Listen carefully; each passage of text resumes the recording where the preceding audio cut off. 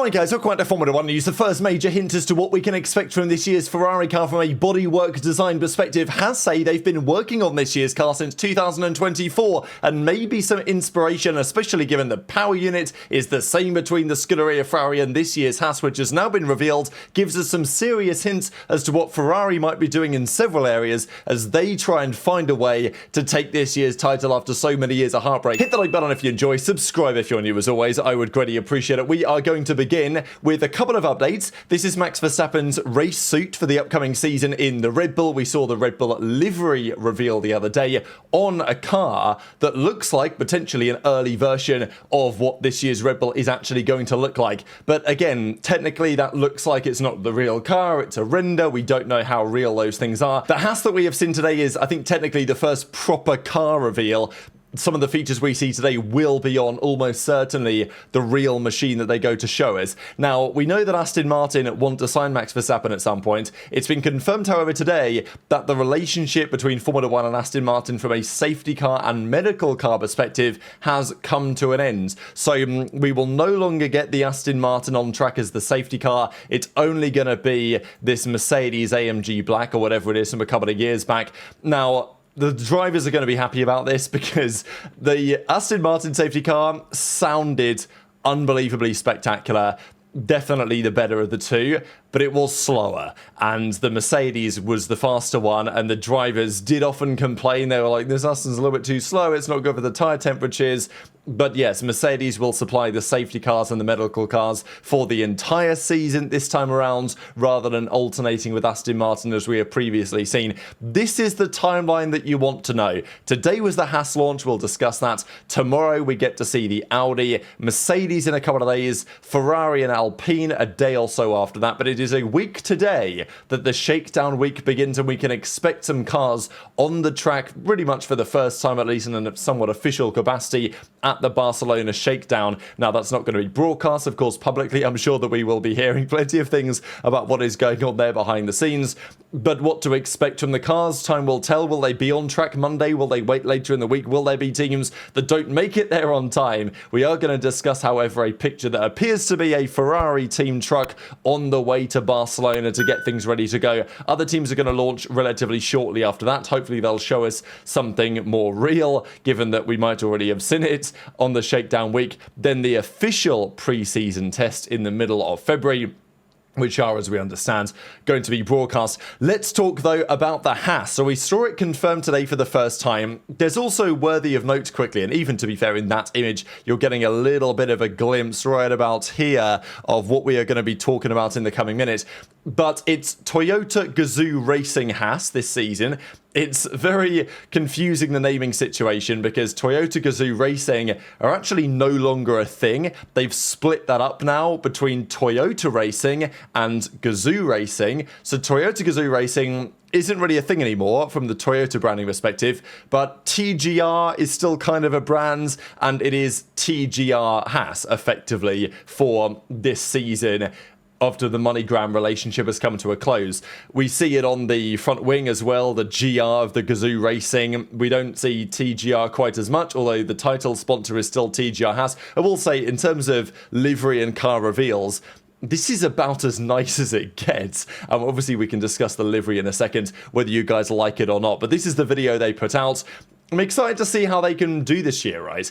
With the Ferrari power units, we don't have massive expectations for that, and therefore for Haas, my expectations are relatively muted. But last season, they were a force, but they did bring an upgrade relatively late in the season, I believe in Austin, as they tried to get things over the line. This season, apparently they've been working on this car for a long time, but it feels like they may have sacrificed a little bit more. This, however, is the livery, and it's worth discussing. I think this car looks pretty great, to be honest. I like the step that they've taken over recent years, adding more white onto the car. I just think it looks better. You do have to wonder whether, when we get to see the real thing on track, whether we will get quite as much paint as this, because the cars are mandated this time to have 55% of their surface area that you can see painted. That's an FIA mandate this time because they feared that so many teams would just go full carbon if they didn't put a limit in. This looks like more than 55% of it is painted to my relatively untrained eye. that means that they could dull it down. Potentially, we might get a little bit less white or less paint in certain areas. I guess we'll see, but I like the way this car looks. I think this is it from the side angle. I think they're moving slightly in the right direction. The side pod is probably the key talking point of this car so far, certainly compared to some of the others that we have seen, and we'll discuss why in a second. This is the top-down view. Again, we get a little bit of a glimpse of what those leading edges of the floor looks like. I do think these regulations in general look pretty great. I like the way that most of the cars look. There's none of those like ugly noses they were coming out with all those times ago.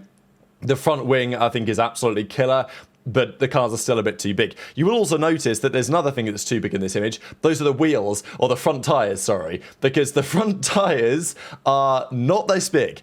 They have rendered it up with the rear tyres. So while we think this is like the real car, this is a proper car reveal, the render, I don't know, they obviously someone made a mistake here because they've put the rear tyres on the front tyres as well. It doesn't look bad, it just looks kind of odd because the front tyres are thinner than this is the point. Quite substantially thinner than this. The rear tyres are this thickness. It's been the same way for a few years now in F1. And, well, we'll see that going forwards when the car is actually broadcast for real. The front wing, I think it is fantastic. The Gazoo Racing thing here looks pretty clean. I like what Haas have done in general here. Will the car be quick? That, of course, is always the key question. Just to quickly compare, this was the Haas in 2024. I wasn't a massive fan of it. Last year's Haas, I actually think last year's Haas looks better on track than this render makes it appear as. I didn't think Haas's car last year was bad looking, but I definitely think this year's Haas takes things to the next level. As I say, will we get as much paint as this on the real thing? Will we see a fair bit of carbon at the top of the side pods? Possibly.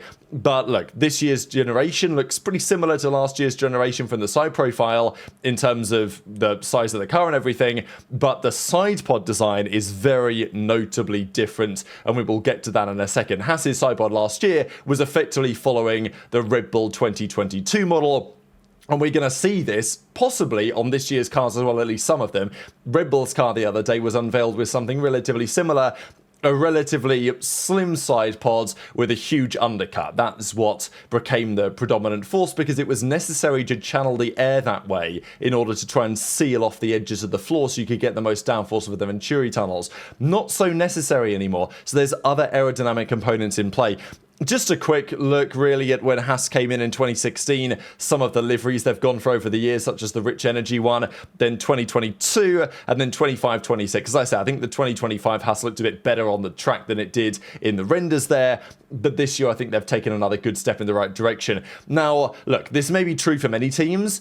However, we understand that it was the 1st of January 2025 when the new regulations were really locked in so teams could actually properly work on it, and they still get updated with relevant frequency. But Haas say that they've been working on their car for a very long time.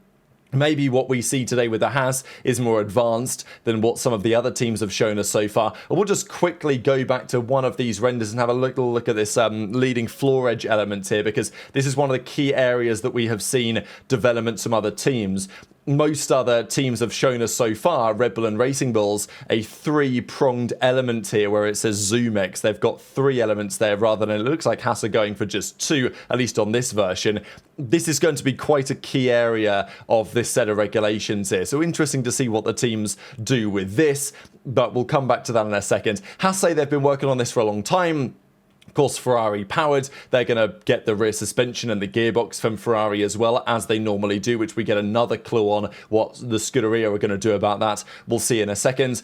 As I say, Haas did commit a fair bit to last season. They brought an upgrade relatively late. It did make a big difference to the end of their campaign, and they achieved pretty good things, and maybe they could still be the best of the second-tier constructors, as it were, this season. I wouldn't hold out too much hope, however, just because there are questions on Ferrari's effectiveness this season, their engine, the power unit, and also, well, pretty much all the design components that Haas are going to be taking. Worthy of note, Haas have a pushrod front suspension design, whereas Cadillac, it appears, are the only team so far that have shown us a pull rod front suspension design. it looks like the push rod is going to become the prevalent force again. Last year, or well, several years before, since 2022, the teams, starting really with Newey and Red Bull, started to gravitate towards the pull rod being a preferred approach. This year, it feels like, for various reasons, the push rod is the way to go. Now, they're also going push rods on the rear suspension as well, which also tells us that that's what Ferrari will do. This has been rumoured for some time.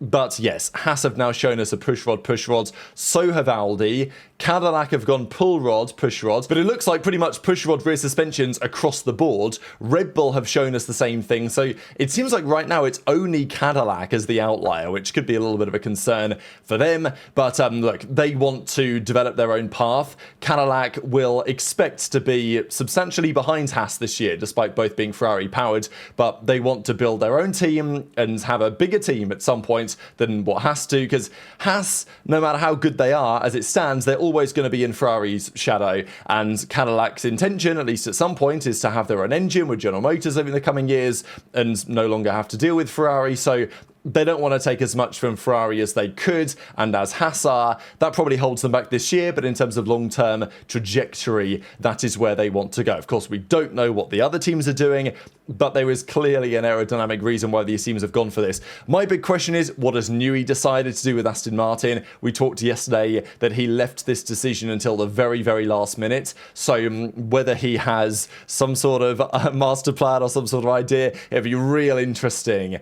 if Newey comes out with a pull rod front suspension again, I think, in terms of long-term development trajectory of the couple of seasons to come. Now, the Haas. Let's talk about this side pod, because that is pretty much the key component here. There has also been a fair bit of talk about the air inlets. We've seen this on the Cadillac as well, and now on the Haas. Okay, it's a reasonable inlet, but it's not exactly massive. Now, I will say the air inlet above the driver, that is pretty large, because people want to know, how efficient is this Ferrari power unit going to be? There's less combustion engine component now. It's more on the electrical side than it has been before. So it should mean that cooling is easier than it has been previously. The electrical motor will be more efficient from a thermal perspective. So maybe they can slim down the air intakes. On the Cadillac, it seemed like they kind of had on what we saw hit the track. So that might mean that the Ferrari power unit is pretty efficient. B-Sport mentioned that in his video yesterday. But these side pods are different to what we have seen so far, notably when it comes to these louvres that we are seeing actually on the side pod again, rather than on the kind of engine cover in the side of the car. In fact, if I just go back real quick to have a look at what the cars look like for the last couple of years, you can see, at least in the early renders, the louvres on the cars, and even probably the better image would be this one. You can see these cooling louvres under the MoneyGram logo. You can see them on the Haas in 22, but this year they're mounted differently, and it is at least in parts because of a different shape of the side pod. So De Kesser and the guys at Auto Racer talk about this, because from the top-down view, you really get a good look at what Haas are going for here with these designs. And look, it's not quite an F175, but it is taking along a similar line. So as the Auto Racer guys point out, this is probably the most interesting aspect that we have seen of the car, because the other teams have gone for, to some degree, a more traditional undercut. Certainly that's what Red Bull unveiled, a very slim, undercutty looking side pod. Haas haven't gone for that. They've gone for those ideas, and they've proposed a solution more similar to the 2022 Ferrari. The initial section of the side pod is used as a deflector with the aim of diverting the turbulent wake generated by the front tyre away from the underbody. This is a key point because the cars don't have barge boards, nor the large lateral deflector that characterised the 22 to 25 cars. Even though the FIA has produced cars with a predominantly in-wash concept, teams will look for ways to bring some outwash back to some of the most sensitive areas, even if it becomes more complex to manage. And look, Haas say they've been working on this car for some time. I'll leave that entire article linked down below. The point is, this side pod was developed by Ferrari in 2022, and I think it's undoubtedly considered one of the most beautiful F1 cars ever. It's kind of a shame in many respects that it didn't work and it wasn't the primary way to go.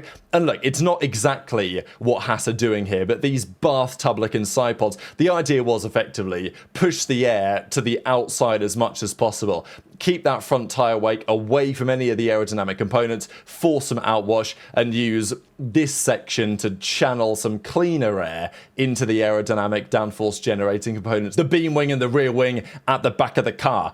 Red Bull, of course, had a different approach. they wanted an undercut on the floor, which means you get less outwash, which could be beneficial, but it seemed to be better in terms of channeling the airflow towards the beam wing and also managing, as I said earlier, trying to seal off the edges of the floor aerodynamically so you generate more performance. That's less relevant now, and also there's no beam wing anymore. So it's quite plausible that this type of idea might gain more traction this time than it has previously done. And as I say, on the other cars that we have seen so far, we've not really seen this yet. But also, they've not shown us real cars. And the Audi, of course, I mean, obviously what Sauber are doing, but they've shown us a very early version and they've not shown us anything. It's hit the track and we've seen it through the lenses from a long way away. It's not clear 100% what they've been doing. Cadillac, the version they showed us was very old, and also we're not expecting any miracles really being worked out of them. And then both of the Red Bull cars, we saw some developments, but we also have to wonder how real those really are. And there were some serious questions raised at the time that probably they're just showing things that got rejected. So this might be the first look at something that the teams are actually doing. If Haas turn up to testing with this style of side pod, it does make you wonder, especially given that the Ferrari power unit is there. They take as much as they can from Ferrari, whether Ferrari will also take a similar approach and look to say, okay, the bathtub, very much outwashing, intending side pod, did not really work in the 2022 regs, didn't have the higher ceiling, but maybe this time it will be different, right? So that's probably the key talking point of the Haas right now. Car's been revealed. The air-in box is kind of large, so questions on what they're going to do from the Ferrari perspective on that one. There's also a quick other talk about Haas. Jack Doohan is holding talks to become their reserve driver. Of course, he's out of the sport after the Alpine drama, and he's out of Alpine as well after the Alpine drama over the last couple of weeks. But he's looking to join Haas, maybe use that relationship with Toyota, get himself a super Formula seat somewhere. Could be interesting. Again, this increasing relationship with Toyota for Haas feels like it could be leading somewhere. Again, there's no Toyota branding precisely on the car, but there is Gazoo Racing. They are TGR, Toyota Gazoo Racing, Haas. So it feels like that's only going to go one way over the coming years. Maybe they can start to be a contender. Questions therefore raised on what it does mean for Ferrari. This was Hamilton and Leclerc unveiling the new race suits today. Now, they're still holding their old helmets from last time. I'm guessing there will be new helmets announced and revealed in due course. This is a theory on maybe using some of these special liveries as inspiration for what this year's Ferrari is actually going to look like. There is talk that it's going to be much more red, a more vivid red with some white and black, rather than trying to get away, to some degree at least, from the HP blue, which is still kind of in my face when I look at these race suits. It's difficult to get away from it. This, however, does appear to be a Ferrari truck on its way to Barcelona. We saw this the other day with Aston Martin. They're now a week away, but yeah, unless this is actually the SF-25, which it doesn't appear that it is, maybe it's in the back of this truck, and they're on their way to Barcelona anyway. So it looks like Ferrari are going to be there on time, despite some of the rumours and concerns in recent days. Just one other thing to close out with, really. There was talk about the Cadillac test. The Cadillac test wasn't exactly optimal. They didn't do that many laps. They were apparently suffering with an ignition system problem, or it wasn't yet fully optimized. So it doesn't look like that was a power unit issue. It clearly wasn't an ideal day of running for Cadillac in the sense that they only did a few laps, but it was still better than it could have been. And apparently Ferrari, their expectations were met in terms of what their power unit delivered. Now, again, what are those expectations? Are they strong? Are they not so strong? But it looks like things from the power unit perspective on the Ferrari is okay, right? It doesn't look like it's blowing anything out of the water necessarily, although the fuel will be a key component there. Again, fuel is going to be a big talking point this season. It's not a massive talking point in preseason testing because they're actually allowing the teams to run more conventional fuels for now. But when the season starts, they want to obviously crack down on the 100% sustainability. That will introduce reliability concerns. It's very difficult to deny that. The final thing to mention, which I thought was pretty hilarious. So there was this post that was made on Instagram, and then I think it went up on TikTok as well. It was effectively just looking back at all of the moments where Hamilton and his race engineer Riccardo Adami, who of course have now parted ways, were having a disagreement on various topics. And obviously we talked a couple of days ago why this relationship probably had to end. The remarkable thing about this was that this got posted on Instagram, and two F1 drivers, because Instagram likes it public, if you like one of these reels, people can see it. And Isaac Hadjar and Ollie Berman both like this reel. They're watching this like, okay, I get it, Lewis, I get it. It was probably time for Adami to go. So we'll see if that can prove to be a crucially revolutionary aspect of the new season. But very much intrigued to your thoughts on all of this stuff in the comments below. Hit the like button if you enjoyed, subscribe if you're new, take care, and I'll see you next time.